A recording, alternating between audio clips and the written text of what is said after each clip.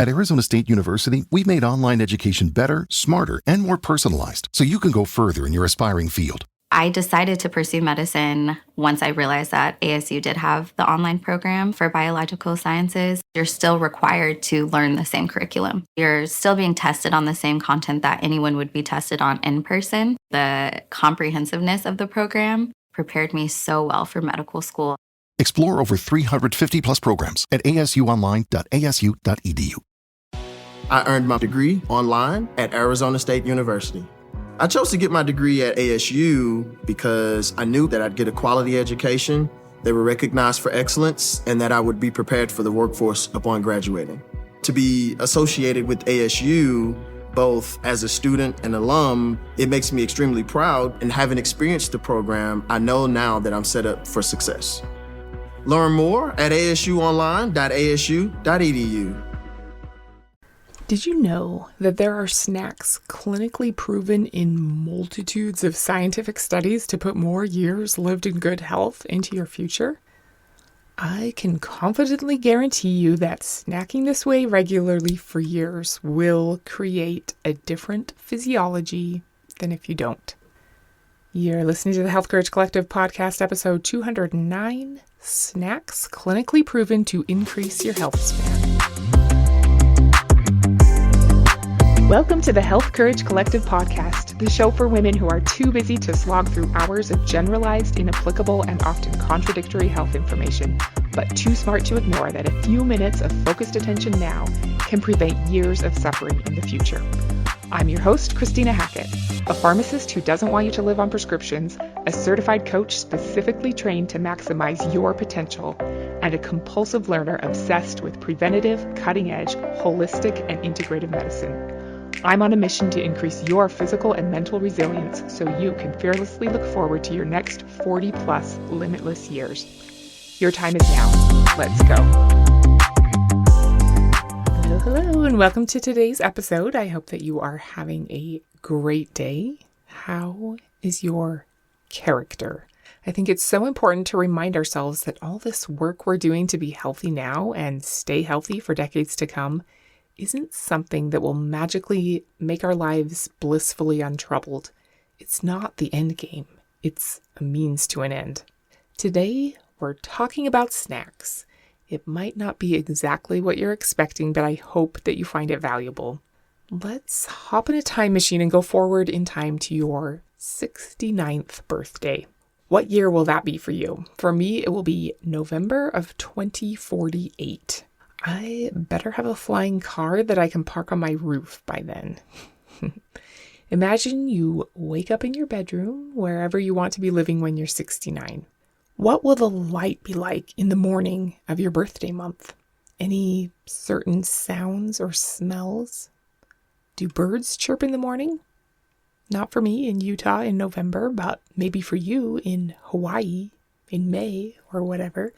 Imagine you haul yourself out of bed to get ready for your 69th birthday activities, and everything feels pretty creaky and uncomfortable. Your posture has changed. Getting up off the floor would be an event if you had to do it, and your balance is more than a bit questionable.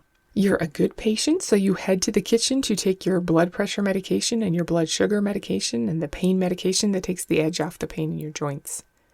You're determined to enjoy your birthday because you're starting to feel the effects of your age and that you're at an increased risk for dementia, cancer, and stroke because of your age. Now, imagine a different twist on the same scenario. We get in our time machine and jump forward to the morning of your 69th birthday. Birds are chirping or not. Smell of fresh cut grass drifting in through the open window, or that weird smell that the furnace turning on for the first time of the winter does.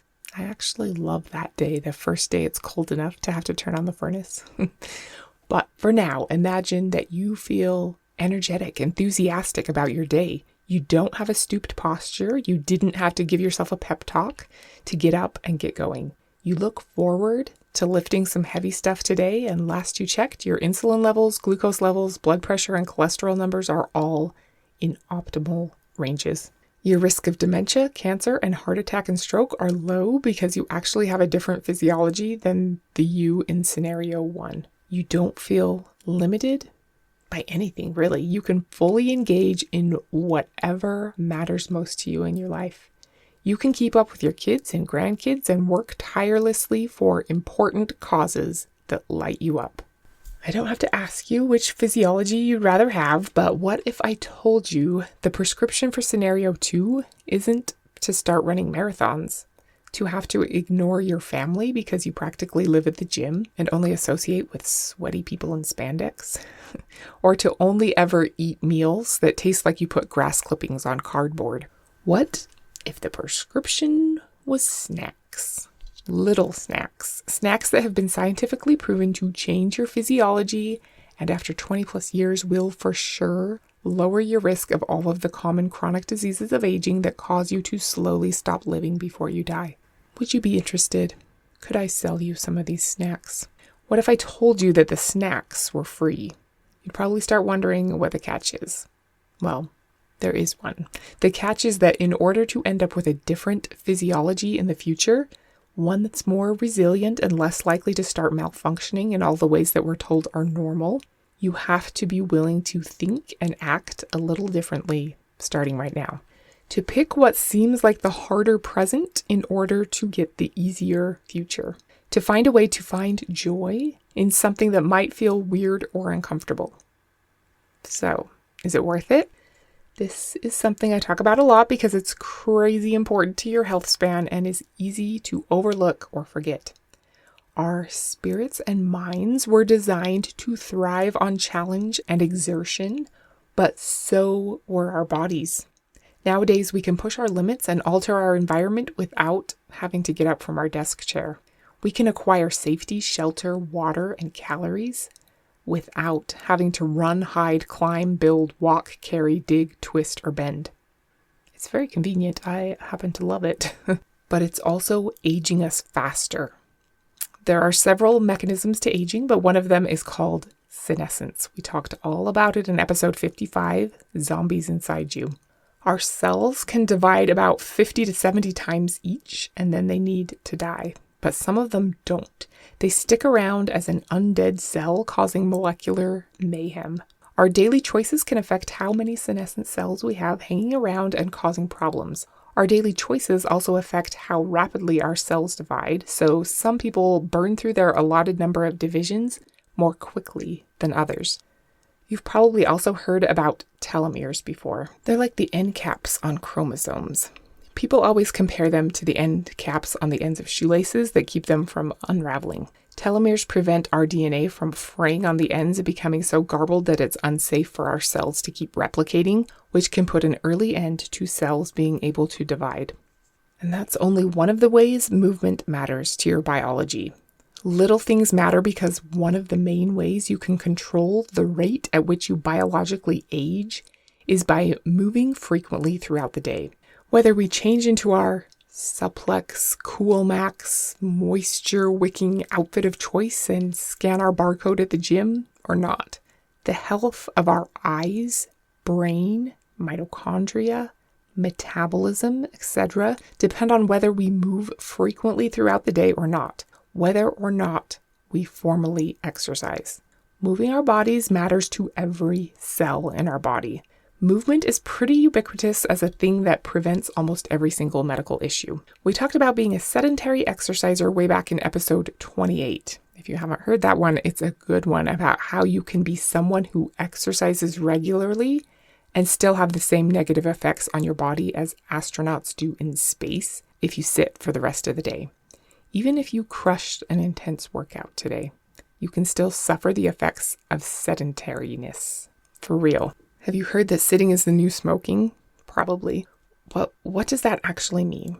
Dr. Joan Vernikos says, sitting is now considered an independent risk factor for many chronic diseases as well as premature death. Even if you smoke like a chimney or are a heavy drinker or both, it's actually the constant sitting that does the most damage. End quote.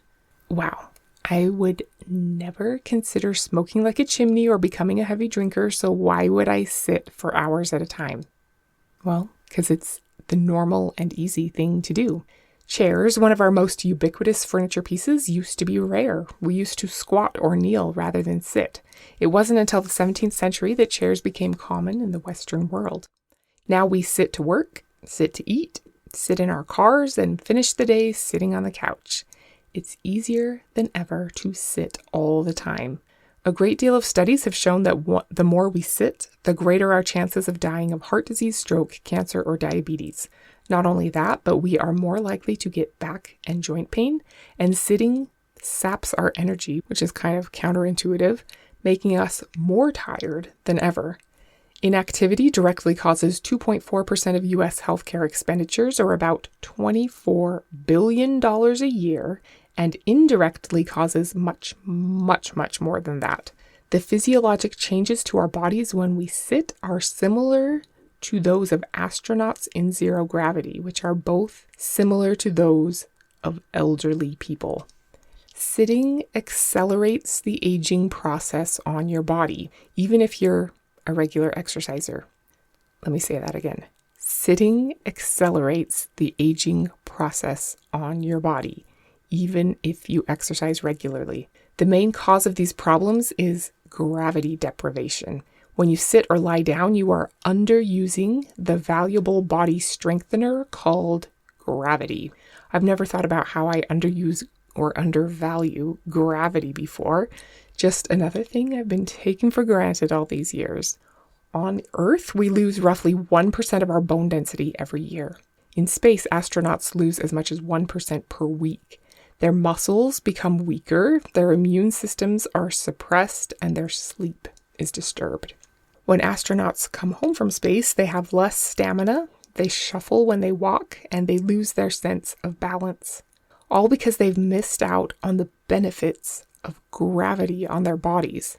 These are the same things that happen to us when we sit for an hour or more. While it's clear that exercising improves your overall health, study after study shows that reducing the amount of time you spend consecutively sitting has more of an influence on your health than exercising. As little as 1 to 2 hours of consecutive sitting can reduce your ability to regulate your blood sugar, and it can increase your risk for cancer, diabetes, and cardiovascular disease. In her book, Move Your DNA, Katie Bowman tells us that we have 15 to 70 trillion cells in our body, almost every one with a receptor tied to our movement, or lack thereof. This is one of the reasons that astronauts' health plummets when they leave gravity. They lose the force of gravity on all of their cells. Katie Bowman is an epigeneticist who says that most epigeneticists are missing one of the biggest variables in our gene expression. Remember that we have our set genes, but what turns our genes on and off is called epigenetics. While we can't change which genes we inherited, we can have a huge influence on the expression of those genes. Our environment and choices make a bigger difference than what genes we inherit. Katie says, quote, "Of course, diet, stress, and environmental factors can all change the expression or physical outcome of your DNA. But it is my professional opinion as a biomechanist that movement is what most humans are missing more than any other factor, and the bulk of the scientific community has dropped the ball. With respect to disease, the human's internal mechanical environment has been the least discussed environment of all. A staggering oversight when almost every cell in your body has specialized equipment just to sense the mechanical movement. Every single thing our bodies do requires movement, initiated by our musculoskeletal system to be performed with ease. Digestion, immunity, reproduction, all of these functions require us to move. You can eat the perfect diet, sleep 8 hours a night, and use only baking soda and vinegar to clean your house, but without the loads created by natural movement, all of these worthy efforts are thwarted at a cellular level, and your optimal wellness level remains elusive." End quote. We don't want our optimal wellness level to be elusive. We can only be our healthiest and turn on the genes we want on and turn off the genes we want off if we move. We really truly are designed to move all day, every day. There's no way around it. The health of our trillions of cells depend on it. According to my quick Google search, 80% of American workers have primarily sedentary jobs. So what do we do then? Insert drum roll here. Enter exercise snacks. I'd prefer to call them movement snacks, but I could see how out of context that sounds more ambiguous. But that's exactly what all of the cells in every part of our body crave. Little snacks of movement sprinkled throughout your day. The science is clear that several small sessions of movement spread throughout the day is better for you than the same amount of exercise done all in one session. And your movement snacks don't need to be hard. It's fine if they are, but it's not required. If you're feeling like you've been duped because you wanted a list of actual snack foods that increase your health span, you probably wouldn't have made it this far into this episode. But if you did, and I'll leave you disappointed without some snack ideas, here are some actual snack ideas that came to mind for me. You can always find people who think that something is unhealthy. Dr. George Ede, who I think is brilliant, would say that almost everything on this list is unhealthy, especially nuts, seeds, and dairy products. So ignore anything that doesn't go along with your personal nutrition ideology. The one core truth that I think is pretty true across this board is that the healthiest snack is no snack. I never thought about it this way before, but our natural eating requirement is pretty much the opposite of our natural movement requirement, in that the healthiest way to get the same volume of movement throughout the day is to space it out as much as possible throughout the day.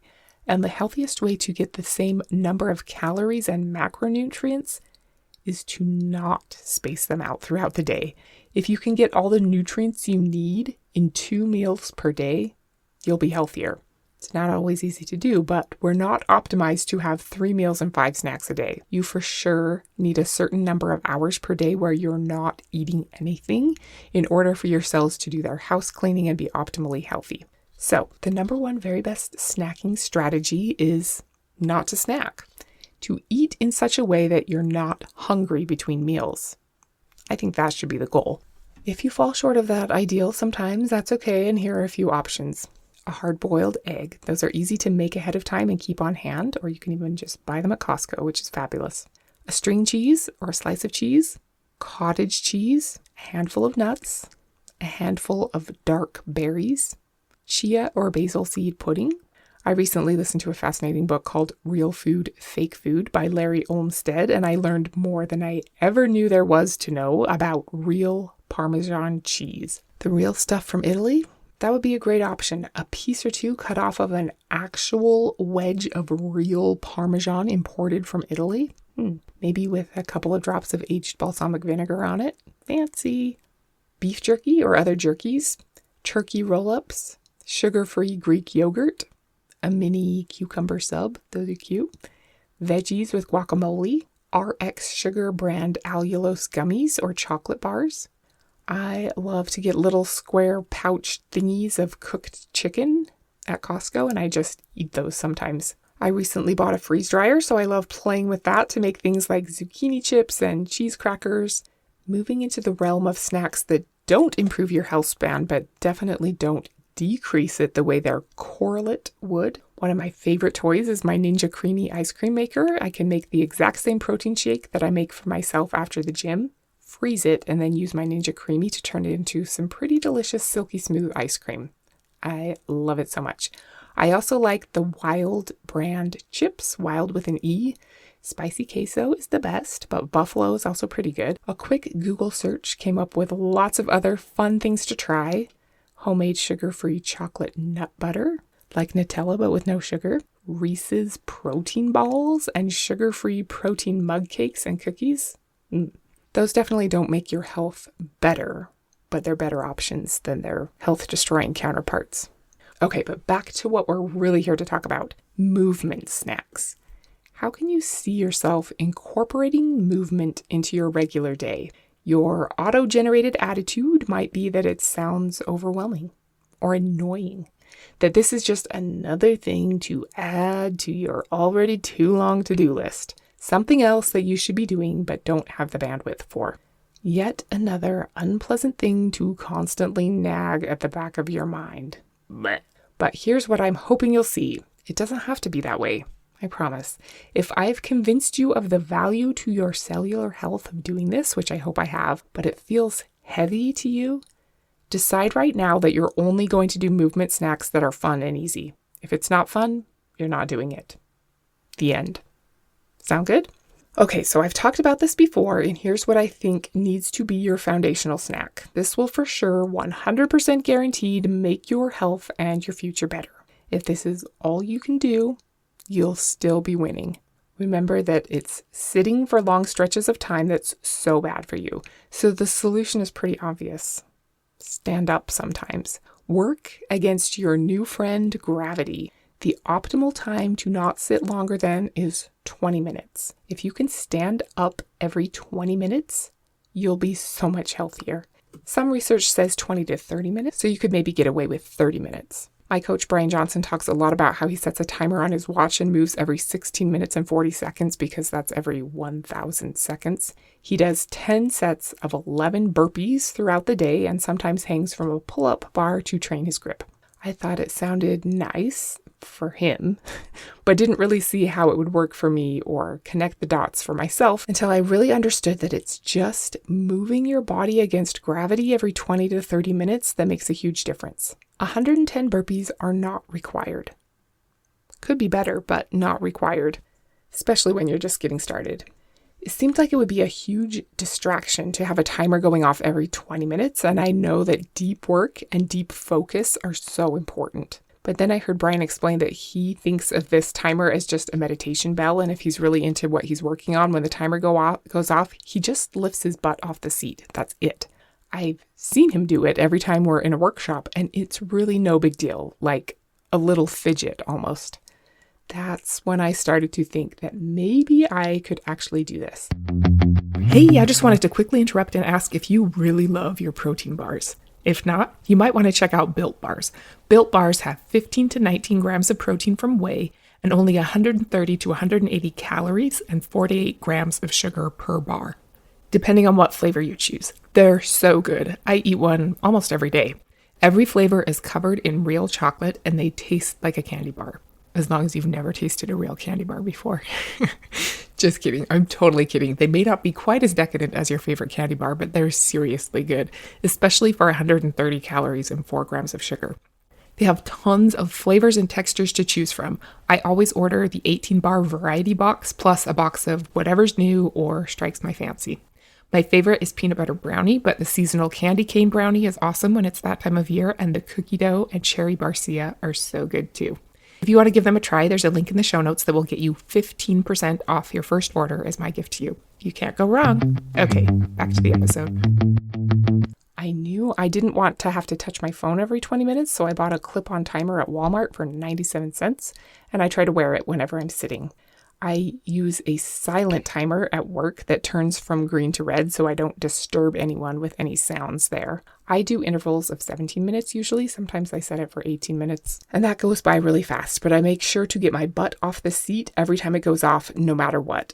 And guess what?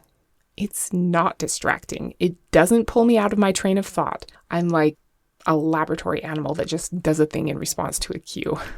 And it's fabulous. Sometimes doing things mindlessly is awesome. I do sometimes stand up for longer, do a twist or a neck roll, or even go for a micro walk around the room. But all I require of myself is to get my seat off the seat. I do different things at home when nobody can see me than I do at work.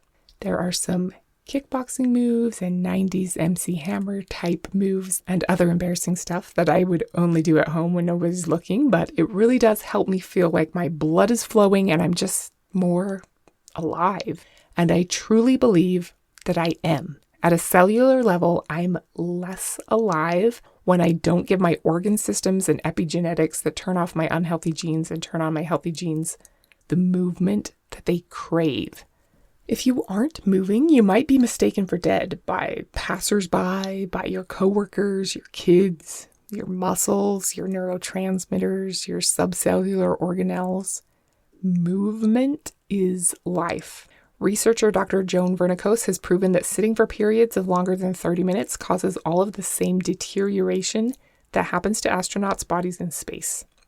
Dr. Kelly McGonigal has proven that consistently moving throughout the day is correlated with a higher sense of purpose in life, greater life satisfaction, less anxiety, depression, and hostility. If you remember from a previous episode, she even found a step count for the day that will put you above the threshold for increased risk of anxiety, depression, and hostility. 5,650 steps a day. If you get more than 5,650 steps a day, your chances of anxiety, depression, and hostility go down. If you consistently incorporate movement snacks into your day for the next many years, you will end up with a different physiology than if you don't. You will have improved mental health, a better sense of life purpose, reduced risk of dementia, all of the benefits of more lymphatic movement throughout your body, better immune system function, better cardiovascular health, a stronger skeleton, stronger muscles, improved insulin and blood sugar levels, and depending on which snacks you choose, possibly better balance, coordination, flexibility, and a reduced risk of injury and/or chronic pain. That's a big list. I think the baseline is to get up out of your chair every 20 to 30 minutes, so start there. Once you're okay with that and do it pretty consistently, start adding in some things that feel fun, useful, and non-overwhelming. You don't have to do them every 20 minutes, just when you have a natural break, like after 120 minutes of grinding it out. If you've been hunched forward for a long time, extend back and look at the ceiling. Twist to the side. Hanging from above is an awesome thing to do if you have something you can hang from. Get down on the floor. Anything that puts you in a different body position. Try something that moves the 4 quarters of your body. Left, right, top, bottom. Do something barefoot. Our bodies are constructed to walk. If you have 60 seconds for an exercise snack and can't think of what to do, walk. What else can you think of? I think exercise snacks or movement snacks are a great opportunity to work on something you're trying to get better at. So what's that for you? Is there something that will improve your jiu-jitsu performance? Your pickleball serve? Are you rehabbing an injury? I have this ongoing subscapularis shoulder impingement or something. I've seen professionals for it and they gave me some therapy to do for it, but I tried giving ChatGPT this prompt.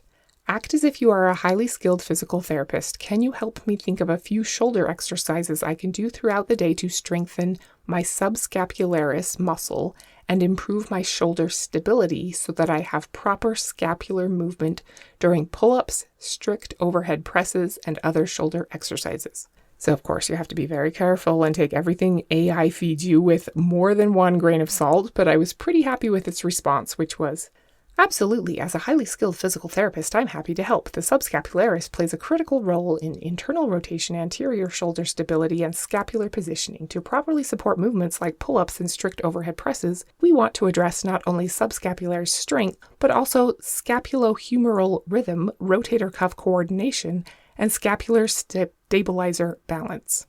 Here are several effective low-load repeatable exercises you can integrate throughout your day, ideal for building endurance, neuromuscular control, and postural strength. Then it gave me 5 exercises with the name of the exercise, the why it's important and how to do it, and the dosage of how many reps and how often. So that's pretty cool. It even gave me bonus cues about focusing on serratus anterior engagement and relaxing the upper traps, which are definitely problems for me. Then it asked me, would you like me to build a daily mini routine or printable chart from this list? And I said, yes, please. ChatGPT came back with, excellent. Here's a daily mini routine specifically designed to strengthen your subscapularis, improve your shoulder stability, and promote optimal scapular mechanics. During pull-ups and overhead pressing, it's split into 3 short sessions to weave throughout your day, morning, midday, and evening. You can easily perform most of this with a resistance band, a wall, and your own body weight. Would you like this routine in a printable PDF format or a mobile-friendly checklist? So anyway, that was pretty awesome. So you might be able to use ChatGPT to help you with something that you want to work on. Just be careful because it can get a lot of things wrong. Luckily, I'm married to a physical therapist, so I can fact check ChatGPT in this one. Okay, so we have standing up from your chair every 20 to 30 minutes, moving in ways that are opposite of your resting posture, walking, doing little things you already want to be working on, either as rehab or to improve your performance in something that matters to you. The next most important thing I think would be helpful for you to incorporate is anything you find fun. What movement sparks joy in you?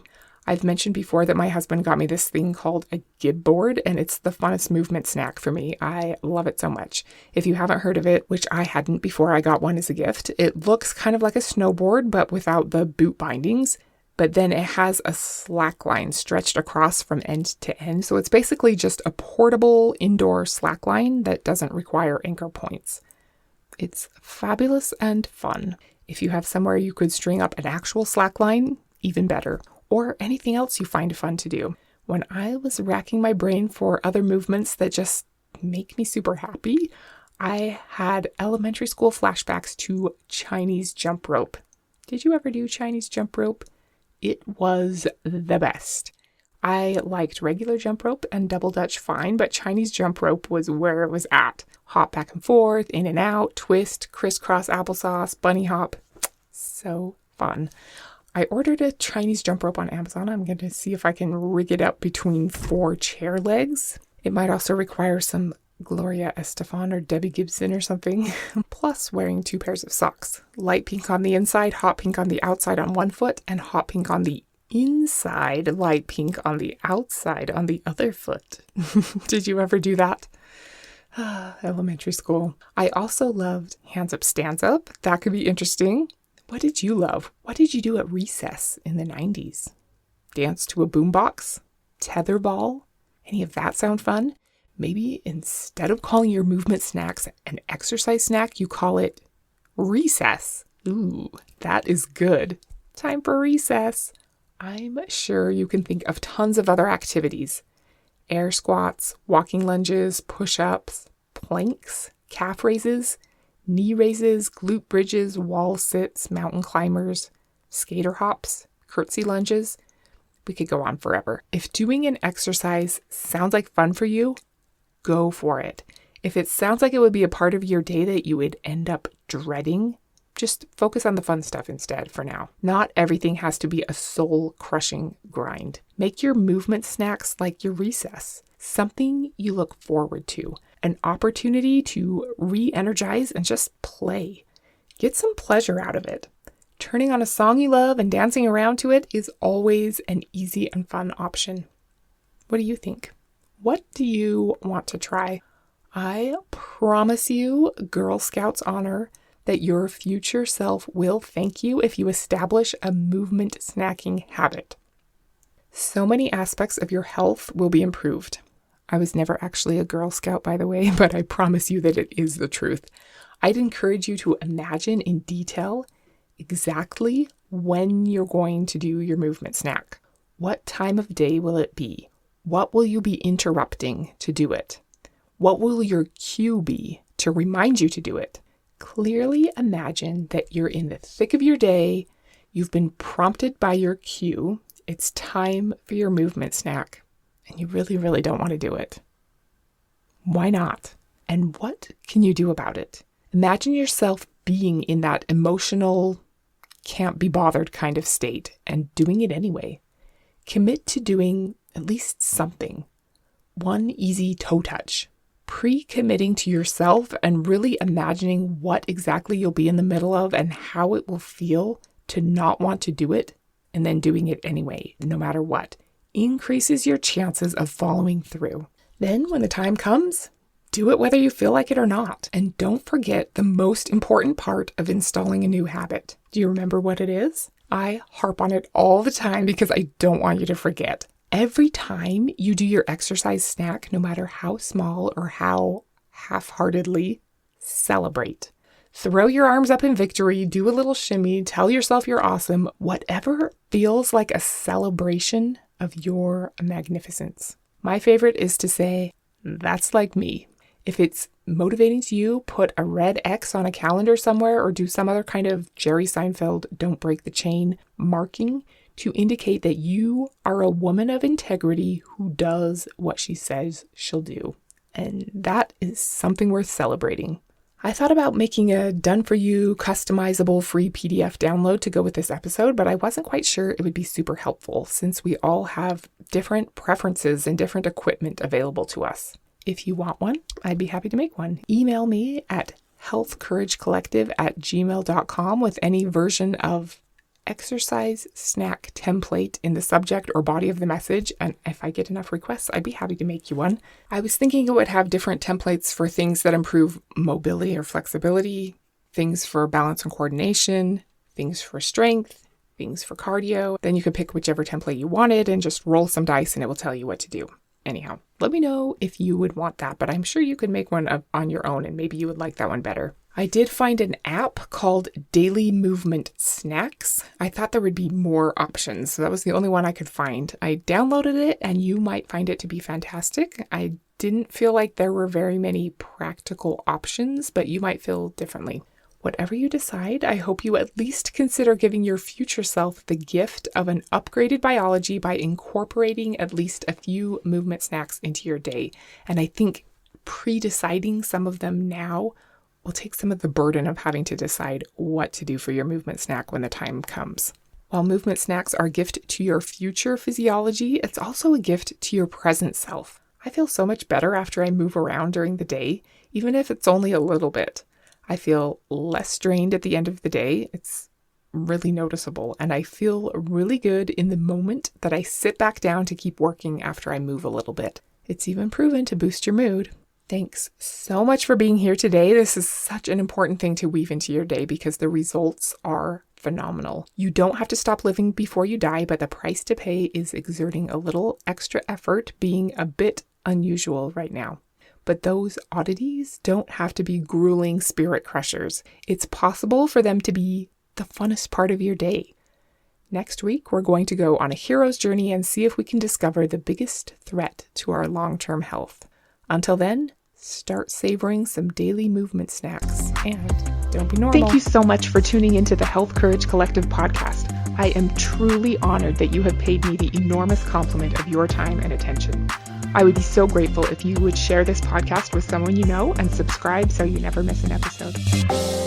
This podcast is for entertainment and information purposes only. Statements and views on this podcast are not medical advice. This podcast, including Christina Hackett and producers, disclaim responsibility for any possible adverse events by use of information contained herein. If you think you have a medical problem, consult a licensed physician.